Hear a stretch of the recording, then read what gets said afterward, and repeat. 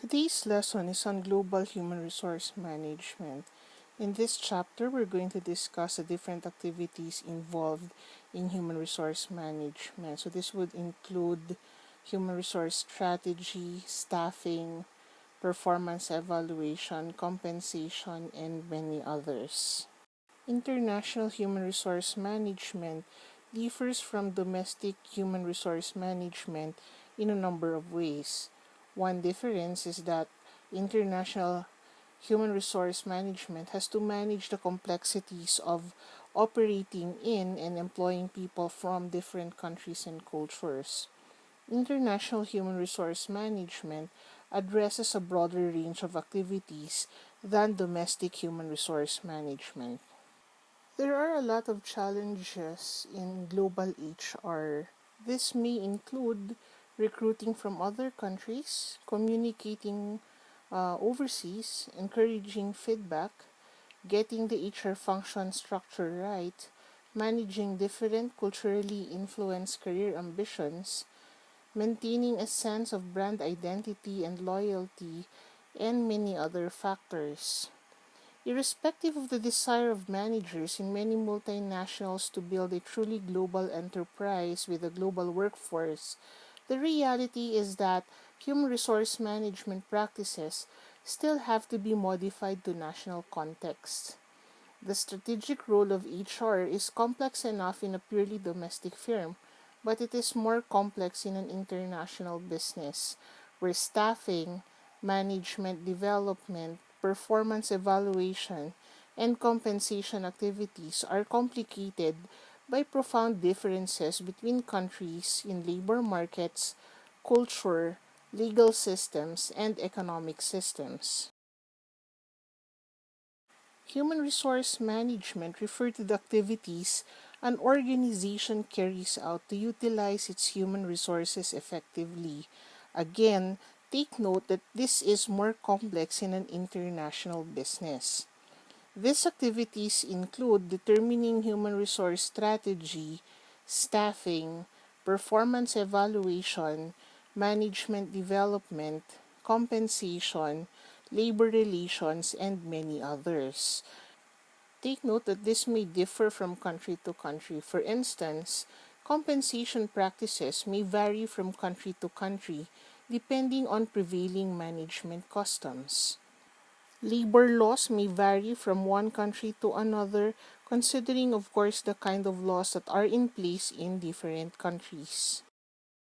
So basically, the challenge to the HRM function is how to deal with a host of issues. These issues may include deciding how to staff key management posts in the company, how to develop managers so that they are familiar with the nuances of doing business in different countries, how to compensate people in different nations, and how to evaluate the performance of managers based in different countries. Human resource management may also have to deal with issues related to expatriate managers. An expatriate, also known as an expat, is an individual living in a country other than his country of citizenship, often temporarily and for work reasons. Further, Investopedia defines an expatriate as someone who can also be an individual who has relinquished citizenship in his home country to become a citizen of another. Pine defines expatriate managers as those who are not residents of the country where they are working, but are employed because of their specialized operational abilities or due to their knowledge of the employing organization. Now, firms need to ensure that there is a fit between their human resources practices as well as their strategy. For a firm to outperform its rivals in the global marketplace, it must have the right people in the right postings. Those people must be trained properly so that they have the right skills required to perform their jobs effectively, and so that they behave in a manner that is congruent with the desired culture of the organization. Their compensation packages must create incentives for them to take actions that are consistent with the strategy of the company. And the performance appraisal system the firm uses must measure the behavior that the firm wants to encourage. In this slide, we see the different elements that make up the firm's organization architecture and the emphasis of the role of human resources in shaping these elements in a manner that is consistent with the strategy of the company so that the firm can effectively implement its strategy. A company's staffing policy is concerned with the selection of employees for particular jobs. At one level, this involves selecting individuals who have the skills required to do particular jobs. On another level, staffing policy can be a tool for developing and promoting the desired corporate culture of the organization. When we say corporate culture, we mean the company's norms and value systems. Take note that a strong corporate culture can help a firm to implement its strategy. For instance, General Electric or GE is not just concerned with hiring people who have the skills required for performing particular jobs. It wants to hire individuals whose behavioral styles, beliefs, and also value systems are consistent with those of the company. There are three types of staffing policies in international businesses: ethnocentric, polycentric, and geocentric approach. In the next few slides, we're going to see each of these staffing approaches. Meanwhile, we have here a summary of these three. Number one, ethnocentric approach. So, fill key management positions with parent country nationals. Polycentric approach, recruit host country nationals to manage subsidiaries in their own country and parent country nationals for positions at the headquarters. And the geocentric approach, seek the best people regardless of nationality for key jobs. We now go to the three main approaches to staffing policy. The first is ethnocentric approach. This is one in which all key management positions are filled by parent country nationals. This practice was widespread at one time. In the Dutch firm Philips, for example, all important positions in most foreign subsidiaries were at one time held by Dutch nationals who were referred to by their non-Dutch colleagues as the Dutch Mafia. Historically, in many Japanese and South Korean firms, key positions in international operations have often been held by home country nationals. So why do companies pursue ethnocentric approach? Well, companies pursue this approach for the following reasons. Number one, the firm may believe the host country lacks qualified individuals to fill senior management positions. This is especially true when the firm has operations in less developed countries. Another reason is that the firm may see an ethnocentric staffing policy as the best way to maintain a unified corporate culture.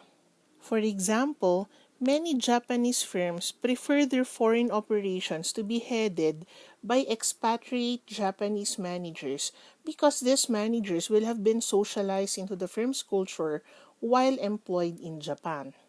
Such reasoning tends to predominate when a firm places a high value on its own corporate culture.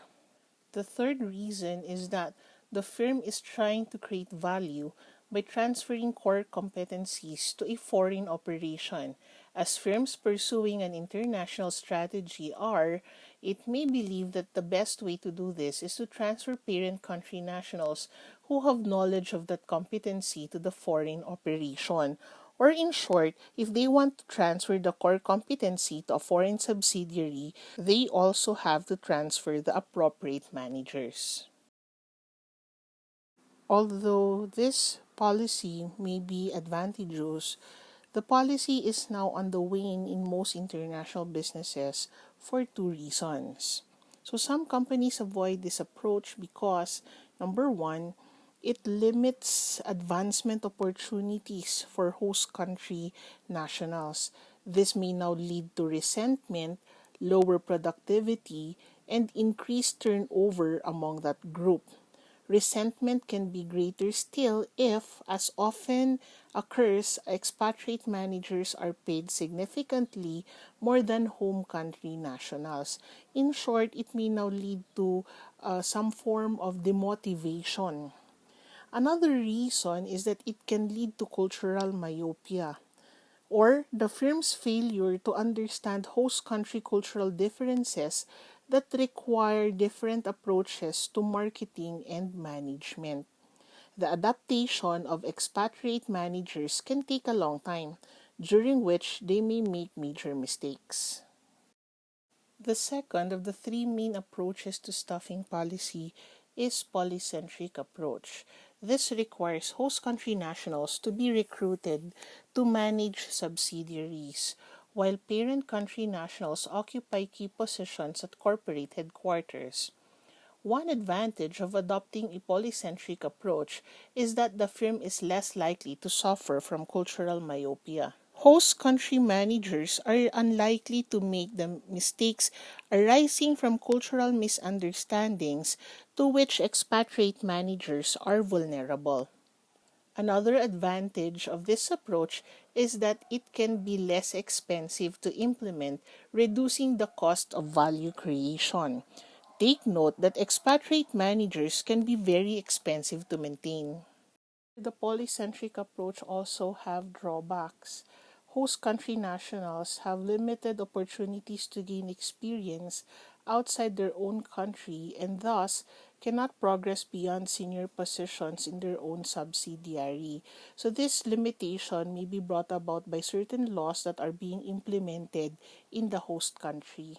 Another drawback is the gap that can form between host country managers and parent country managers. So, barriers brought about by culture and many others may isolate the corporate headquarters staff from the various foreign subsidiaries, which may now lead to a lack of integration between corporate headquarters and foreign subsidiaries. And then we have the geocentric approach. A geocentric staffing policy seeks the best people for key jobs throughout the organization, regardless of nationality. And so we have the following advantages. The first one is that this approach enables the firm to make the best use of its human resources and enables the firm to build a group of international executives who feel at home working in a number of cultures. Companies pursuing a geocentric staffing approach may be better able to create value from the pursuit of experience curve and location economies and from the multidirectional transfer of core competencies than firms pursuing other staffing policies. In addition, the multinational composition of the management team resulting from geocentric staffing tends to reduce cultural myopia and to enhance local responsiveness. Thus, other things being equal, a geocentric staffing approach seems the most attractive. The following are the disadvantages of the geocentric approach. Number one, it is time consuming, and number two, it is expensive to implement. So just imagine having to search the world over for the people who will now occupy vacant positions in different subsidiaries. Then again, you'll have to be spending so much time having to train them and having them acquainted with not just the company's culture, but also the culture of the host country. Imagine also the training and relocation costs, okay, when transferring managers from one country to another. Plus, the company may also have to design a new compensation structure that will now follow the rules and regulations in the host nation. And then again, when expatriates will be receiving higher compensation, this may now become a source of resentment within the firm. There is no one size fits all strategy.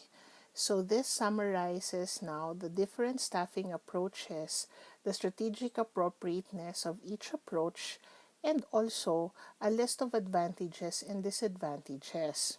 It's up to the managers to now consider what would be best for their own organization. Move on to a very important concern, which is expatriate failure. First, let me emphasize that firms using an ethnocentric or geocentric staffing strategy will have expatriate managers. And a prominent issue in the international staffing is expatriate failure. This is defined as the premature return of an expatriate manager to the home country. Expatriate failure represents a failure of the company's selection policies to identify individuals who will not succeed abroad. The consequences will include premature return from a foreign posting and high resignation rates, with expatriates leaving their company at about twice the rate of domestic managements. Take note that the costs of expatriate failure are high. The cost of a failed assignment highly depends on the salary level of the transferee, the size of his family, and the destination country. In addition, there are non-financial costs like lack of productivity, the mental and emotional toll on the employee, and of course on the family. Now, imagine the financial aspect, which primarily will be borne by the employer, will now include transportation costs such as several international flights, accommodation, long-term housing, and at least two household goods shipments. Of course, you'll have to transport their goods coming from their home country to the host country, and then school fees, especially if their children will have to join them and they will have to be enrolled in a school in the host country, and miscellaneous ancillary charges. The cumulative cost can mount up quickly. Initially, we will look at this as an investment that the company has to make because you're bringing in into the subsidiary an expert who will now help the organization attain its goals and objectives. Now, since the assignment was cut short, it is unlikely that any objectives were met. And what we thought would have been an investment have actually ended up as an expense. In a study by R.L. Tong, he was able to survey a number of US, European, and Japanese multinationals and the reasons for expatriate failure. So, some reasons for Japanese expatriate failure are as follows: the inability to cope with larger overseas responsibility, difficulties with the new environment, personal or emotional problems, a lack of technical competence, and the inability of the spouse to adjust. Tong comments that this difference is not surprising, given the role and status to which Japanese society traditionally relegates the wife and the fact that most of the Japanese expatriate managers in the study were men. Let us now continue with the results of the study of Tang. So, he found the following reasons for U.S. expatriate failure. First, the inability of an expatriate spouse to adopt, the manager's inability to adjust, other family related reasons, the manager's personal or emotional maturity, the manager's inability to cope with larger overseas responsibilities. And the reason for European expatriate failure is the inability of the manager's spouse to adjust.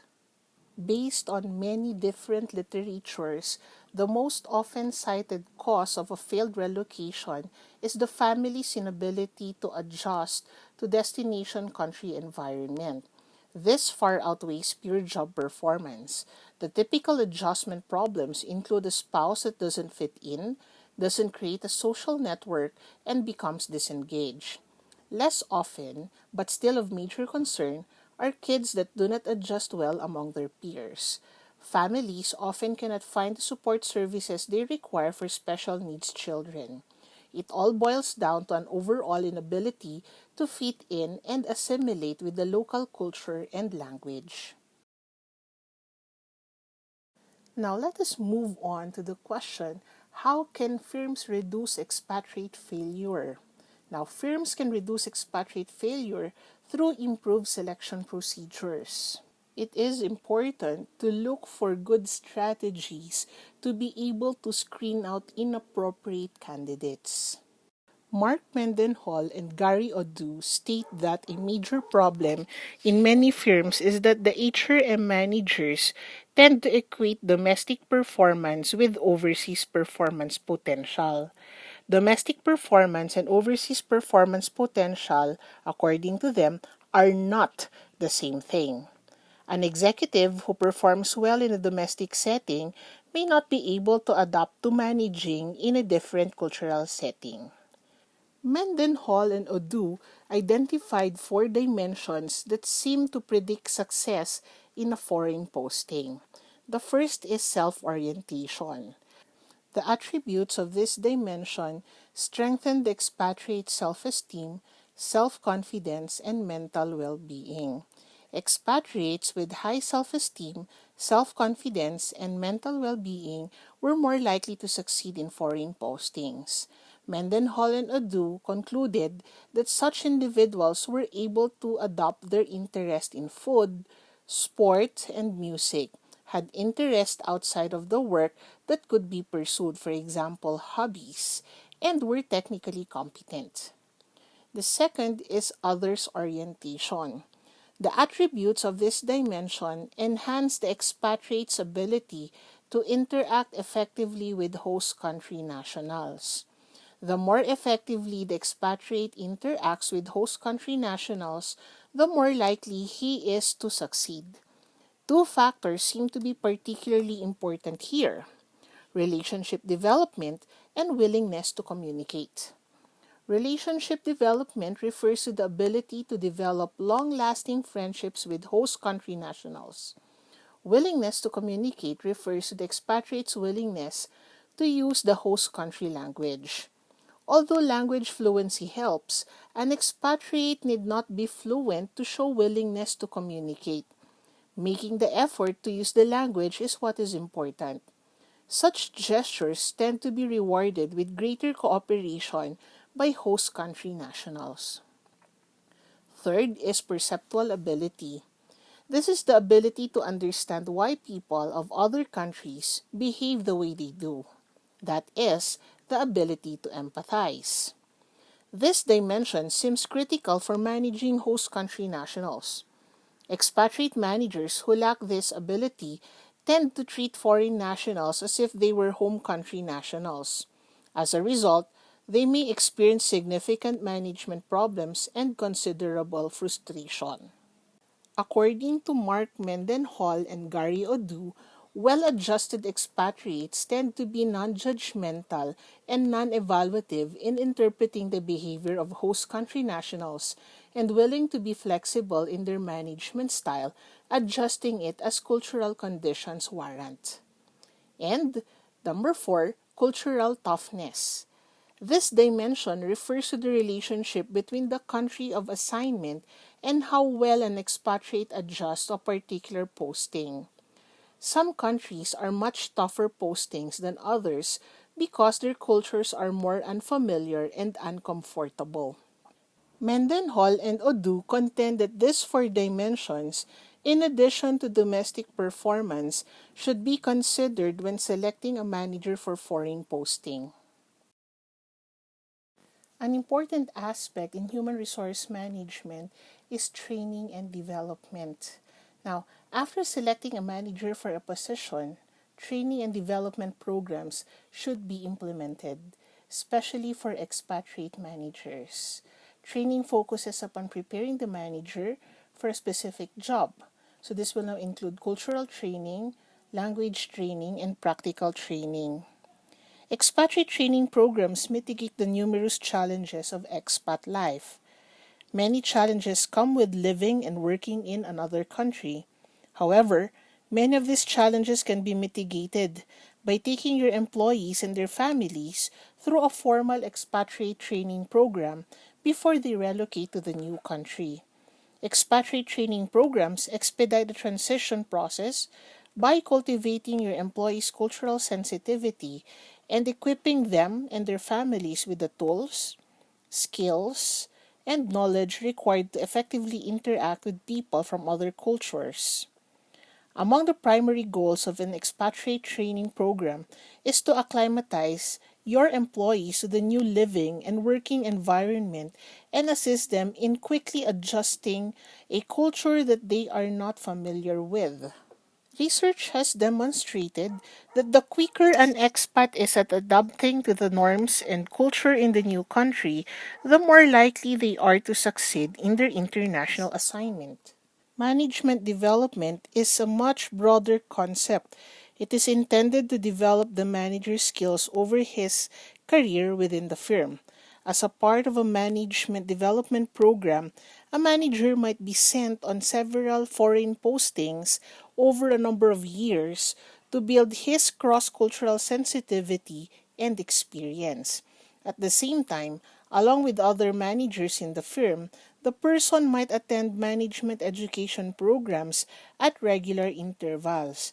The thinking behind job transfers is that broad international experience will enhance the management and leadership skills of executives. One issue of critical importance in training and development of expatriate managers is to prepare them for re entry into their home country organization. Repatriation should be seen as the final link in an integrated circular process that connects good selection and cross cultural training of expatriate managers with completion of their term abroad and reintegration into their national organization. There is a need for good programs that will help them reintegrate back into work life within their home country organization and utilize the knowledge they acquired while abroad. The expat and his family may want to consider joining repatriation training to help readjust to living in their home country and returning to their original work environment. Training can help provide a smooth transition, particularly if they have spent a long time overseas. They might also be thankful for a month or two of assimilation time to allow them to get settled in before going back to work. Performance appraisal systems are used to evaluate the performance of managers against some criteria that the company judges to be important for the implementation of strategy and the achievement of a competitive advantage. The use of the performance appraisal process to improve expatriates' performance and skills while in an overseas assignment provides additional career opportunities in the future. Evaluating expatriates can be especially complex. Typically, both host nation managers and home country managers evaluate the performance of expatriate managers. Now, one problem that we may encounter is unintentional bias. The host nation managers may be biased by their own cultural frame of reference and expectations, and the home country managers' appraisals may be biased by distance and by their own lack of experience working abroad. Several things can reduce bias in the performance appraisal process. First, most expatriates appear to believe more weight should be given to an on-site manager's appraisal than to an off-site manager's appraisal. Due to proximity, an on-site manager is more likely to evaluate the soft variables that are important aspects of an expatriate's performance. The evaluation may be especially valid when the on-site manager is of the same nationality as the expatriate, since cultural bias should be alleviated. In practice, home office managers often write performance evaluations after receiving input from on-site managers. When this is the case, most experts recommend that a former expatriate who served in the same location should be involved in the appraisal to help reduce that bias. Finally, when the policy is for foreign on-site managers to write performance evaluations, home office managers should be consulted before an on-site manager completes a formal termination evaluation. This will give the home office manager an opportunity to balance what could be a very hostile evaluation based on a cultural misunderstanding. Another HR function is compensation. So what are the key issues in compensating expatriates? Two issues are raised in every discussion of compensation practices in an international business. One is how compensation should be adjusted to reflect national differences in economic circumstances and compensation practices. The other issue is how expatriate managers should be paid.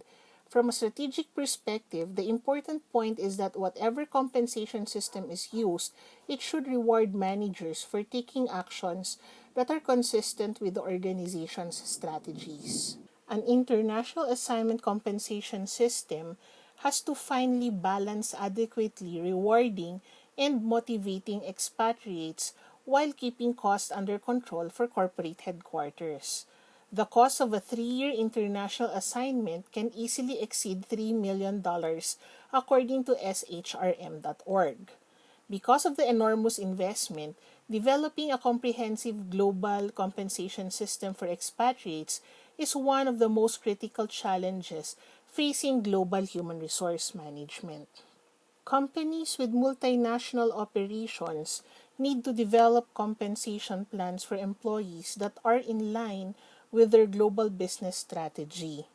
Companies that articulate a clear global pay philosophy and develop corresponding compensation programs are best positioned to effectively execute their strategy.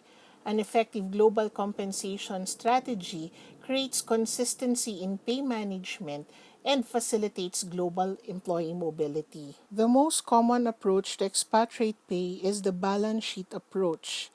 This approach equalizes purchasing power across countries so employees can enjoy the same living standard in their foreign posting that they enjoyed at home. Moreover, the approach provides financial incentives to offset qualitative differences between assignment locations. A compensation package has 5 components, the first of which is base salary. When an employee accepts an international assignment, it is up to the employer to determine the base rate of pay, referred to as the base salary. The base salary is normally related to pay ranges in the home country, which then may be adjusted based on local variances. For instance, fluctuations in the economy. There are different approaches that a company may use. The first is the home country based approach. The objective of a home based compensation program is to equalize the employee to a standard of living enjoyed in his home country. Another approach is the host country based approach. In this approach, the expatriate employee's compensation is based on local national rates. Many companies continue to cover the employee in its defined contribution or defined benefit pension schemes and provide housing allowances. Another approach is the headquarters-based approach. This approach assumes that all assignees, regardless of location, are in one country. For example, a U.S. company pays all assignees a U.S.-based salary regardless of geography. And another approach is the balance sheet approach. In this scenario, the compensation is calculated using the home country based approach with all allowances, deductions, and reimbursements. Some companies also allow expatriates to split payments of their salaries between the host countries and the home country's currencies. The expatriate receives money in the host country's currency for expenses, but keeps a percentage of it in the home country currency to safeguard against wild currency fluctuations in either country. Another component of a compensation package is foreign service premium. This is extra pay the expatriate receives for working outside his country of origin. It is offered as an inducement to accept foreign postings. It compensates the expatriate for having to live in an unfamiliar country, isolated from family and friends, having to deal with a new culture and language, and having to adopt to new habits and practices. Many firms pay foreign service premiums as a percentage of base salary that ranges from 10 to 30% after tax, with 16% being the average premium. There are also various allowances given to the employee An example would be hardship and or hazard or danger pay. Employers sometimes need to send employees on assignments to host countries where conditions are difficult or hazardous. For example, remote locations or countries with high rates of violence. As a result, a hardship allowance may be granted as an additional incentive to compensate employees for accepting assignments in less than desirable countries. Premiums typically range from 10 to 50% of base pay depending on the severity of the hardship. For assignments in developing countries that have a history of violence or are experiencing political unrest, expatriates often receive some form of hazard pay, such as an additional 25% of their base salary. Housing assistance is also given, usually provided either in the form of free company-owned housing or via a housing allowance that is typically equal to the difference in housing costs between the home and host countries or based on a specified percentage of an employee's base salary. Housing allowance rates are usually calculated based on either a single person or a two-person household. For employees with larger families living with them, employers may provide an additional supplement, typically ranging from 10 to 30% of the two-person allowance. Cost of living adjustments are also provided. A cost of living adjustment is an increase or decrease of an expatriate employee's pay in response to fluctuations in the economy, such as inflation or deflation. To prevent attrition of the global employee's purchasing power, companies often raise the employee's base salary to keep up with inflation. When price levels drop, companies may also decrease the base salary accordingly. So obviously, this varies from country to country considering the cost of living of each and every country. Educational assistance for dependents of expatriate employees varies based on conditions in the host country. Assistance is usually not provided if local educational institutions are deemed adequate. When the educational system of the host country is substandard, employers may use a variety of benefits such as employers operating a school in the foreign country, paying for dependents' educational expenses, including room and board to attend schools in the United States, or providing an allowance for attendance at private schools in either the United States or the host country.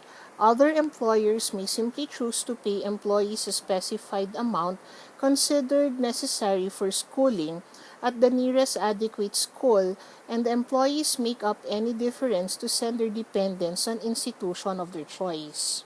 The children of many expatriates working in the Philippines go to German European School Manila, International School of Manila, Brent International, and many other similar schools. Another component is taxation. Unless a host country has a reciprocal tax treaty with the expatriate's home country, the expatriate may have to pay income tax to both the home and host country governments. When a reciprocal tax treaty is not enforced, the firm typically pays the expatriate's income tax in the host country. In addition, firms normally make up the difference when a higher income tax rate in a host country reduces an expatriate's take-home pay. Another component are benefits. Many firms provide the same level of medical and pension benefits abroad that employees receive at home.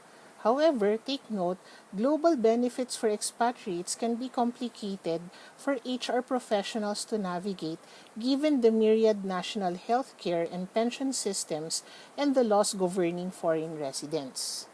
The most common benefits given are healthcare plans and retirement plans. The practice of providing healthcare benefits vary greatly among multinational companies. MNCs can provide coverage to employees in one of the following ways. Include the assignee in an international healthcare plan, continue coverage under their home country care plan, and provide coverage for the employee through a host country healthcare plan. For retirement plans, regardless of the compensation approach a multinational company chooses to adopt, Most companies commonly provide assignees with the same level of social security and pension plan benefit coverage without any interruption in service, as enjoyed by other employees in the home country location. Some countries require expatriate employees to participate in their social security or other government welfare benefit schemes. In this case, many companies provide for reimbursement of any payments made to the host country's government scheme. From a strategic perspective, the key issue in international labor relations is the degree to which organized labor can limit the choices of an international business. A firm's ability to integrate and consolidate its global operations to realize experience curve and location economies can be limited by organized labor, constraining the pursuit of a transnational or global standardization strategy. International labor relation practices are diverse. Labor unions, organizations, and collective bargaining practices are as varied as nations. Not only are there differences in worldwide industrial relation practices, but the degree of unionization varies as well. Labor unions generally try to get better pay, greater job security, and better working conditions for their members through collective bargaining with management.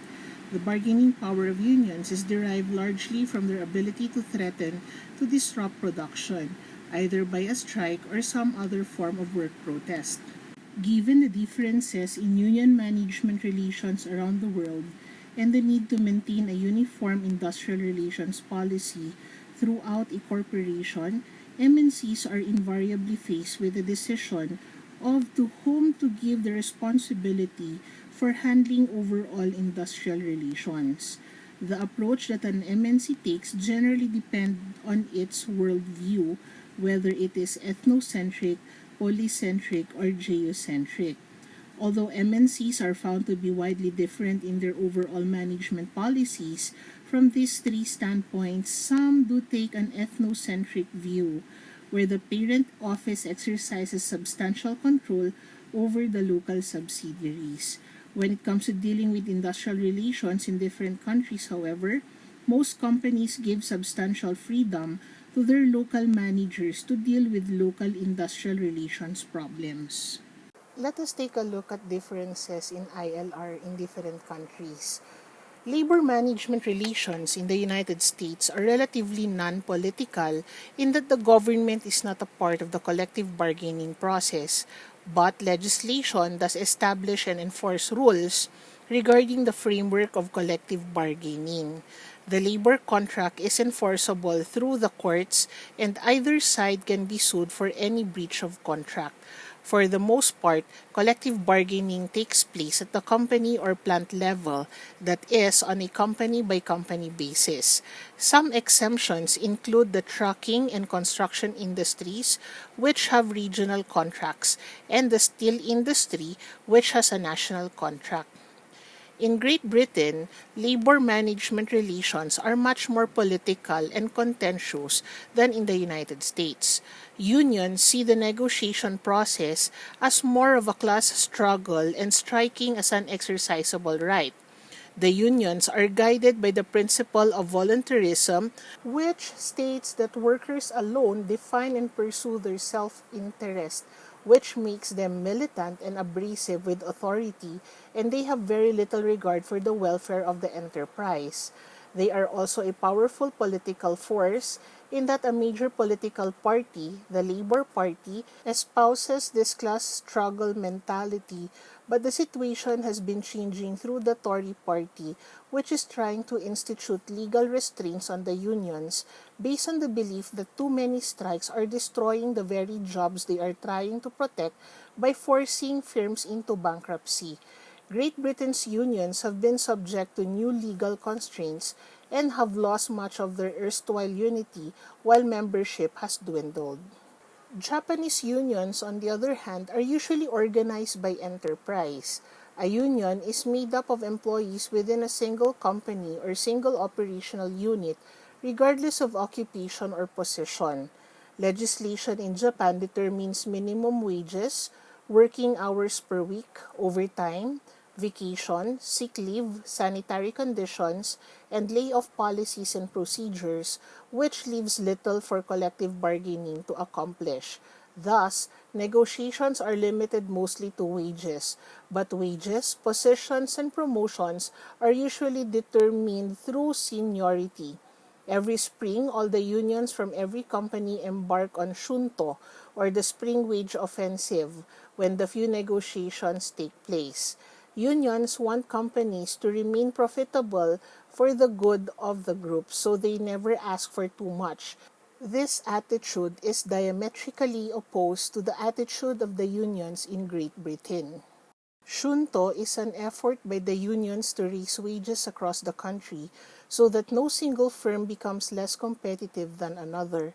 There are very few strikes in Japan, and what strikes there are usually take place during Shunto. The strikes are for very short periods of time, sometimes only half a day, and merely demonstrate worker support for the unions. Japanese union workers also promote a company's well-being and profitability because its success benefits the whole group.